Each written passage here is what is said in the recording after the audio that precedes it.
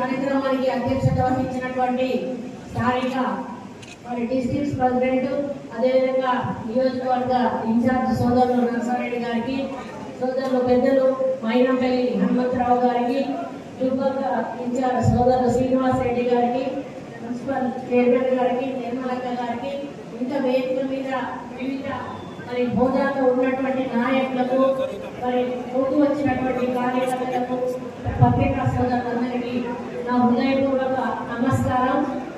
మరి 11 గంటలకు అనుకున్న ఈ కార్యక్రమం దగ్గర 2 గంటలు దాటి 3 గంటలు రాబోతా ఉందంటే ఒక 3-4 గంటలు ఆలస్యంగా ఈ కార్యక్రమం ప్రారంభమైంది. మీరు ఎక్కడైతే ఆగిందో నేను పక్కనగా హాల్ కావచ్చు అని చెప్పి ర్యాలీ తీద్దామని అనుకున్నాను. కానీ దాదాపు అక్కడి నుంచి 5-6 కిలోమీటర్లు మీరు మండు టెండలో పట్టుదలతోటి ఇక్కడ కనుక వచ్చారు.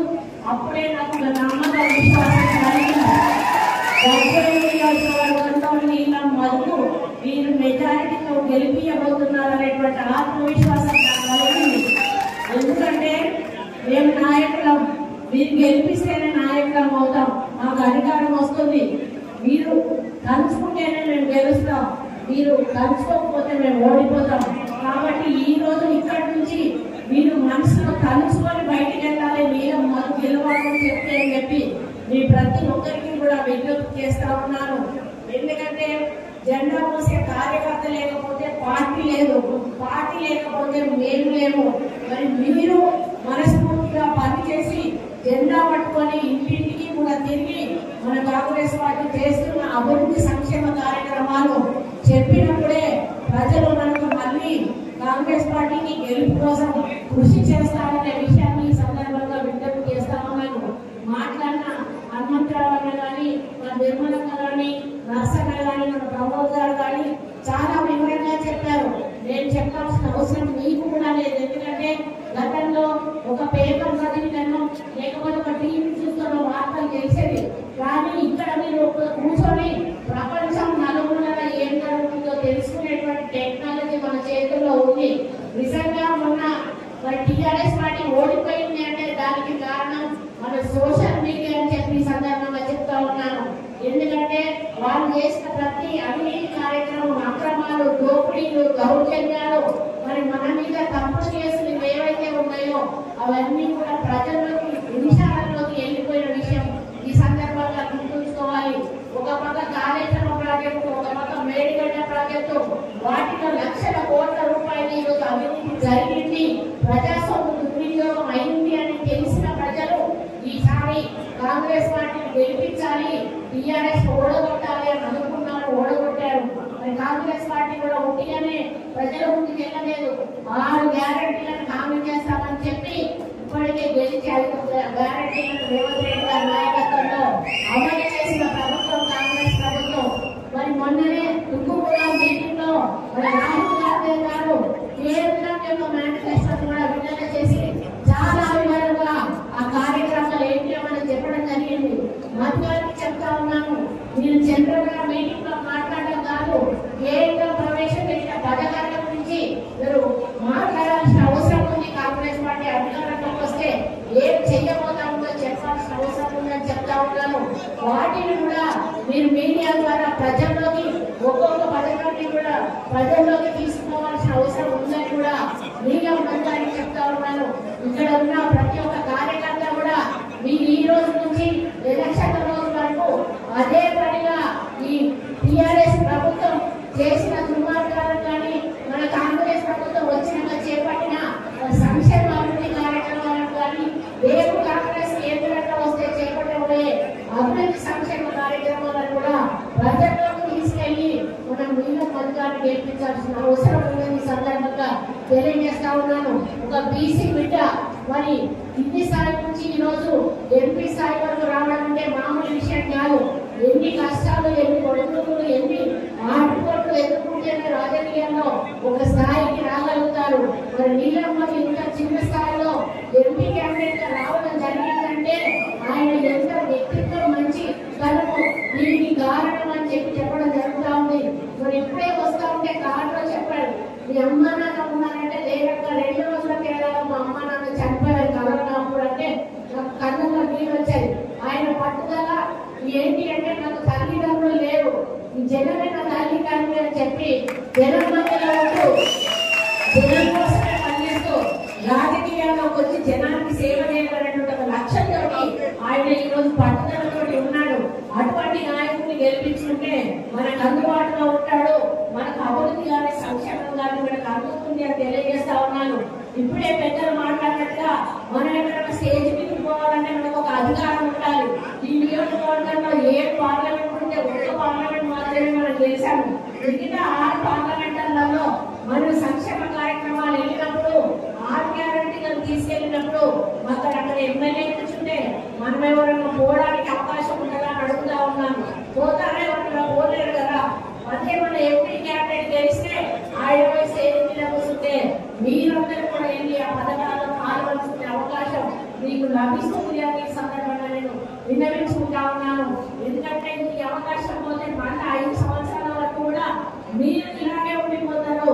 మీకంటూ ఒక నాయకుడు కానీ మీకంటూ ఒక ప్రోటోకాల్ కానీ ఉండకపోవడం వల్ల కష్టపడేది బాధపడేది మళ్ళీ మీరే అనే విషయాన్ని గుర్తుంచుకోవాలి.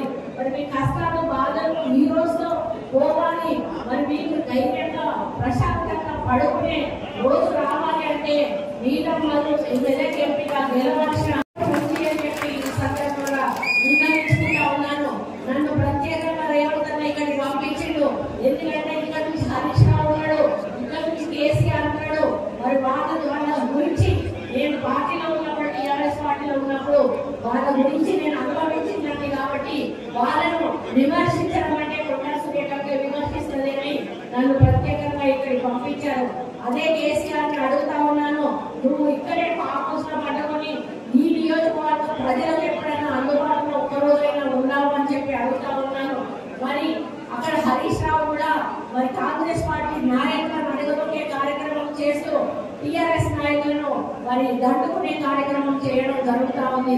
ఇక మరి క్యాండిడేట్ గురించి ఒక పక్క సిద్దిపేటను ఒక పక్క గర్వేలను 2 కళ్ళగా నేను అని హనుమంతరావు అన్నగారిని చూసుకొని ఇక్కడ కార్యకర్తలను మా గుండెల్లో పెట్టుకొని కాపాడుకుంటామనే విషయాన్ని కూడా ఈ సందర్భంగా నేను తెలియజేస్తా ఉన్నాను. మరి నిలబడ్డ క్యాండిడేట్ల గురించి పెద్దలందరూ మాట్లాడారు. మరి తాలూకి భూమిని చేసేటువంటి ఒక ఆఫీసర్ను ఎవరేద్దామా ప్రజల కోసం తన కుటుంబం కోసం కుటుంబంలో ప్రజలను చూసుకునేటువంటి వీళ్ళ మధును ఓటేద్దామా ఒకసారి ఆలోచించండి. మరి గతంలో దుబ్బాక నుంచి నిలబడ్డ ఎమ్మెల్యేగా గెలిచిన అభ్యర్థి ఈ రోజు బీజేపీ నుంచి పోటీ చేస్తా ఉన్నాడు. ఆయన దుబ్బాక 2 సంవత్సరాల కాలంలో ఏ అభివృద్ధి చేశాడో ఒకసారి మీరు ప్రశ్నించండి వచ్చినప్పుడు. అటువంటి వాళ్ళని గెలిపిద్దామా అని సందర్భంగా నేను తెలియజేస్తా ఉన్నాను. ఇకపోతే కేంద్రంలో మోడీ ఒక మ్యాజిక్ చేస్తా ఉన్నాడు. ఏంటంటే 400 సీట్లు వస్తాయి, మేము రామ జన్మభూమిలో రాముని నిలబెట్టాము అని చెప్పి 400 సీట్లు వస్తాయని ఒక భ్రమ కల్పించి ప్రజల్లో మళ్ళీ మోడీ వస్తాడు కదా, మా ఓటు మోడీకి వేస్తే మోడీ అన్నటువంటి ఒక ఆలోచన వచ్చే విధంగా ప్రయత్నం చేస్తా ఉన్నాడు. కానీ గ్రౌండ్ లెవెల్లో బీజేపీ పూర్తిగా పడిపోయిందనే విషయాన్ని మనం అందరం కూడా గుర్తించాల్సిన అవసరం ఉంది. ఇంకా కొద్దిగా ఏదైనా ఉంటే ఈ ఎన్నికలతో పూర్తిగా బీజేపీ పతనం కాబోతుంది అనే విషయాన్ని కూడా మనం గుర్తించాలి. ఎందుకంటే మోడీ అదాని అంబానీ లాంటి వాళ్ళకే కొమ్ముగాసాడు చెప్తే పేదల కోసం ఏమీ చేయలేదు. కానీ కాంగ్రెస్ పార్టీ ఇందిరమ్మ రాజ్యం మరి ఎప్పుడు కూడా పేద ప్రజల కోసం ఎస్సీ ఎస్టీ బీసీ మైనారిటీల కోసమే పనిచేసింది. రేపు కూడా ఇందిరమ్మ రాజ్యం కేంద్రంలో వస్తే మళ్ళీ ఎస్సీ ఎస్టీ బీసీ మైనారిటీలకు న్యాయం జరుగుతుందనే విషయాన్ని ఈ సందర్భంగా విన్నవించుకుంటూ మరి మొట్టమొదటి మీటింగ్ ఈ రోజు ఈ మీటింగ్ ఎట్లా కనపడిందంటే మరో తుక్కు కూడా మీటింగ్ లాగా ఈ మీటింగ్ వీళ్ళ ఉత్సాహం చూస్తా ఉంటే మరి తప్పనిసరిగా మీరు పట్టుదలలోకి వీళ్ళ మనుగాన్ని గెలిపిస్తారనేటువంటి పూర్తి విశ్వాసం నాకు కలిగింది.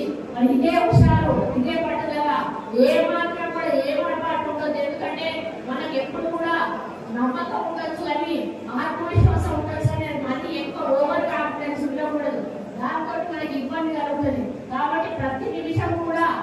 మీరే నిలబడుతున్నారు, నేనే క్యాండిడేట్ అనేటువంటి పద్ధతిలో మీరు పనిచేసినప్పుడే మీలో మనకు గెలిచే అవకాశాలు ఎక్కువగా ఉంటాయి. కాబట్టి మీరందరూ కూడా మీ కుటుంబంలో ఒక అన్నం నిలబడుతున్నాడు, ఒక తమ్ముడు నిలబడుతున్నాడు ఆలోచనతో చేతి గుర్తు మీద ఓటు వేసి నీలం మధుగారిని అధిక మెజారిటీతో గెలిపించాలి.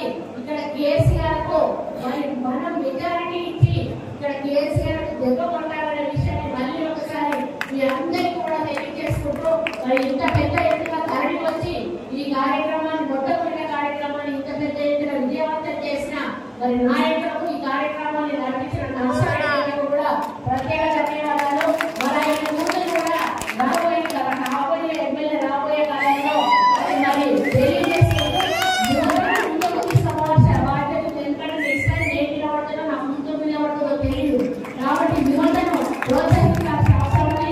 ఇది ఇంకొకడే ఎమ్మెల్యే క్యాండిడేట్ గా వచ్చాడు కాబట్టి నీలం మధు కూడా గెలిపించాల్సిన అవసరం